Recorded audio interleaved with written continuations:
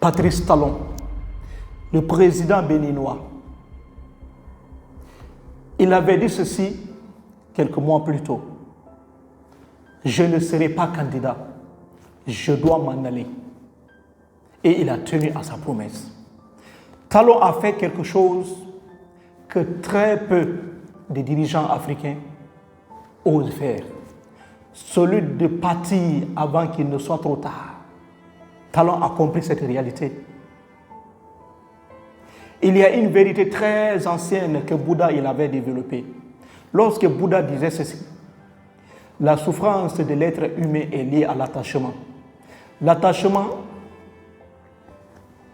est un problème universel auquel tous les êtres sensibles sont confrontés en tout temps et en tout lieu.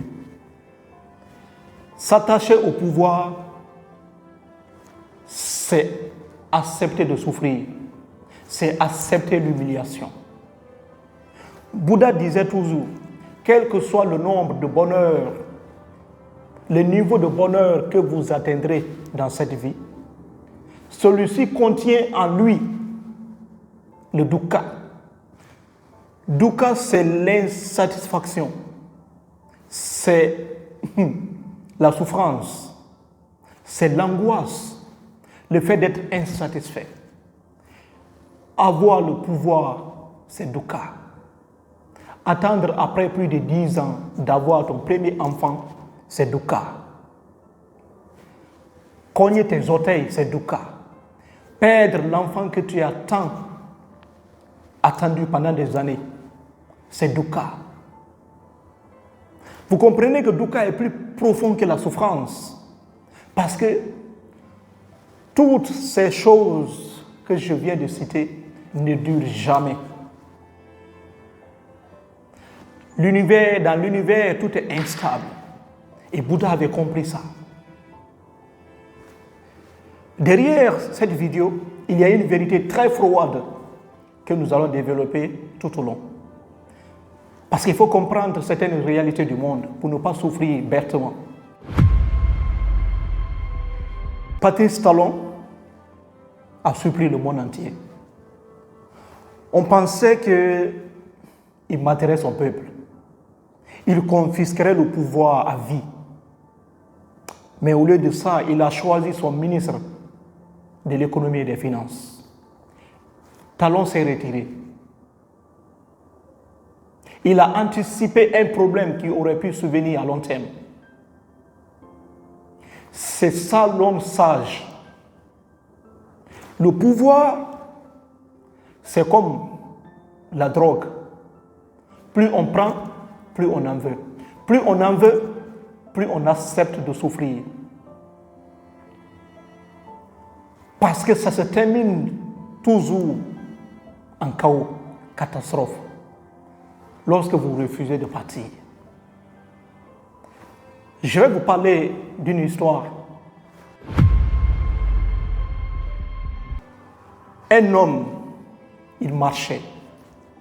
Il partait chez lui, à la maison. Il vit un diamant d'une valeur inestimable. Il ramassa le diamant. Étant extrêmement content, il serra le diamant contre son cœur. Il ramena le diamant à la maison. Il passait des jours et des jours à embrasser le diamant, à le caresser contre son cœur. Il ne voulait pas laisser le diamant. Il était content. Il ne dormait pas. Il avait même refusé de parler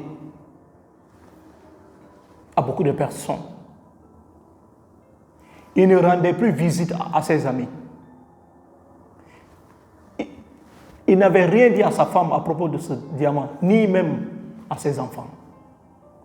Un jour, ce monsieur tomba malade. À sa grande surprise, la maladie l'avait complètement affaibli. Étant couché, ne pouvant plus se déplacer, il essaya de se déplacer un peu, aller prendre le diamant encore et le caresser contre son cœur.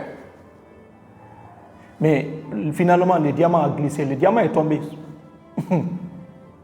Quand le diamant est tombé, il y a un monsieur qui passait, un passant, juste à côté.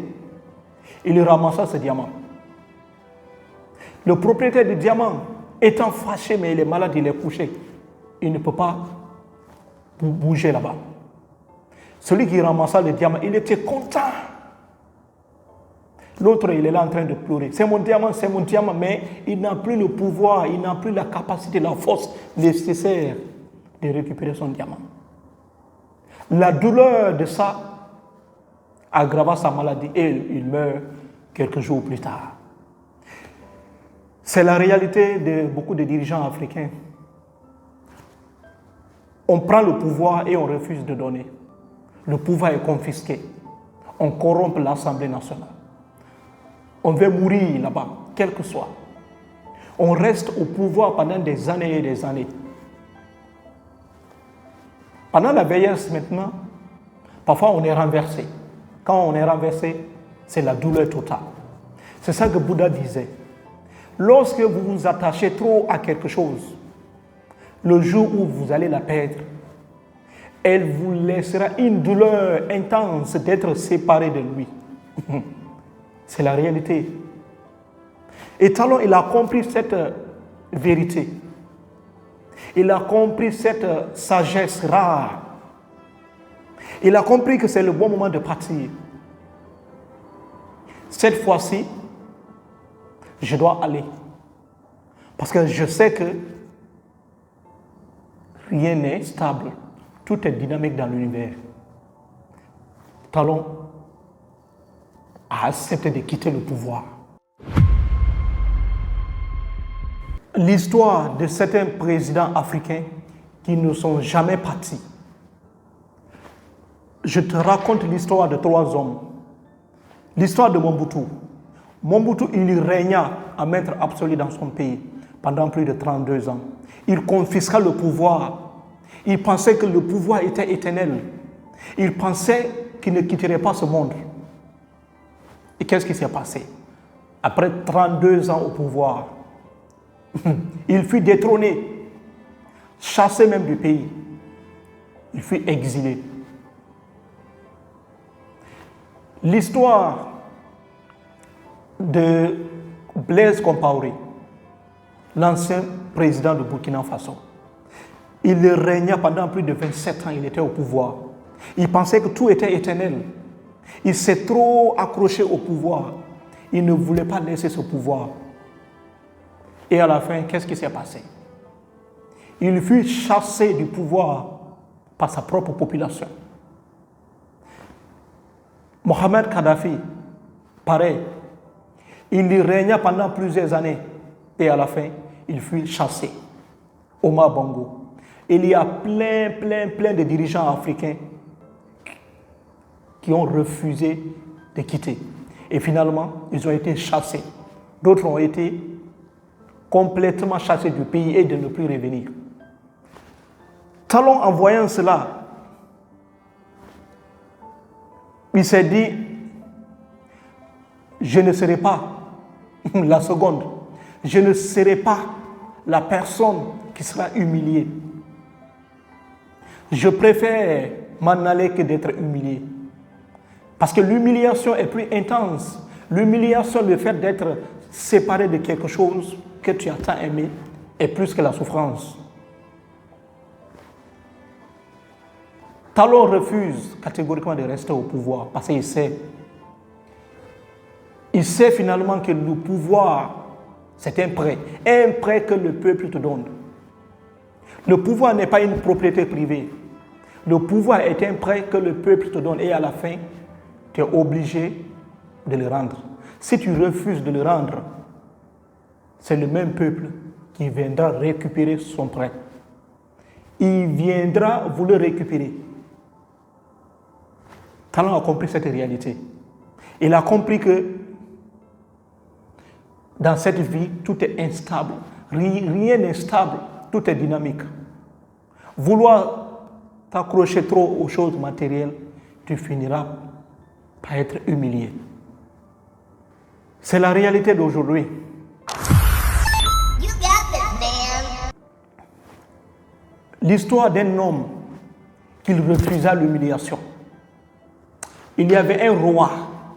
Le roi était puissant.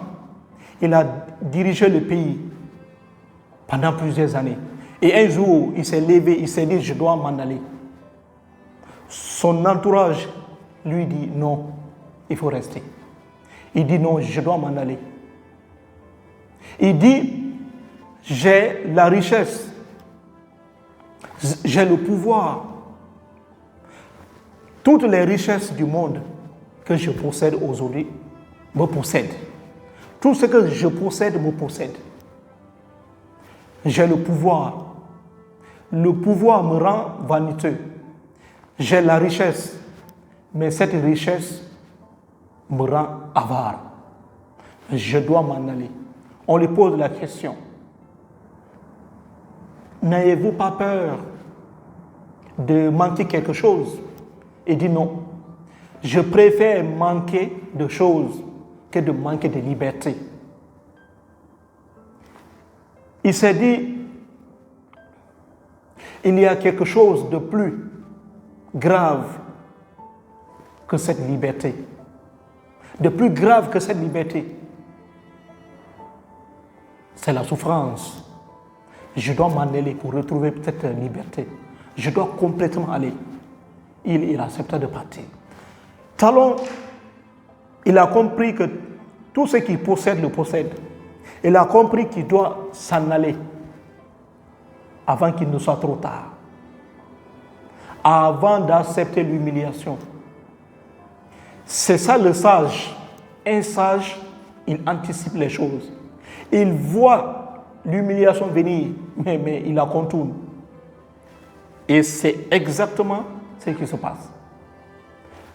Talon s'est dit, je dois m'en aller, que de rester au pouvoir.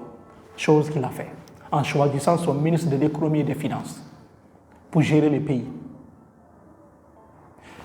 Lorsque lui-même, il disait, personne parmi nous ne fera plus de 2 mandats. Il avait dit ça.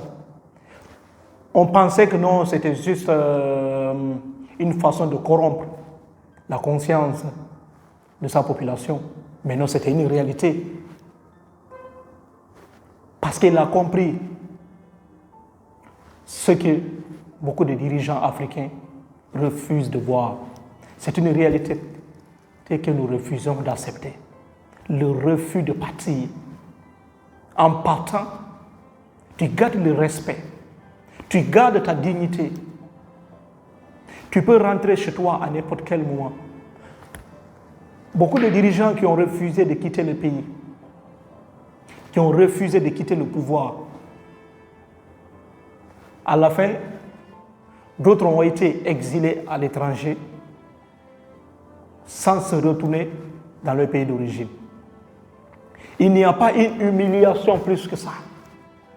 C'est ça la vraie humiliation. Ta terre natale, tu es chassé de ta terre natale et tu es interdit de rentrer là-bas. Voire même la terre de tes ancêtres. Tu restes à l'étranger. On a vu beaucoup de présidents africains.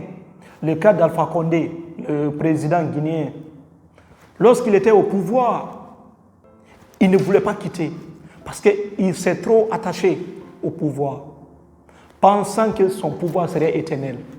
Mais finalement, il a été chassé du pouvoir. Il n'est même pas au pays. C'est la réalité dans ce monde. Si vous ne comprenez pas ces réalités, vous serez toujours là en train de souffrir bêtement, croyant que tout est éternel, alors que tout est éphémère. Bref, laissez-moi en commentaire ce que vous en pensez, parce que j'ai vraiment hâte de vous lire.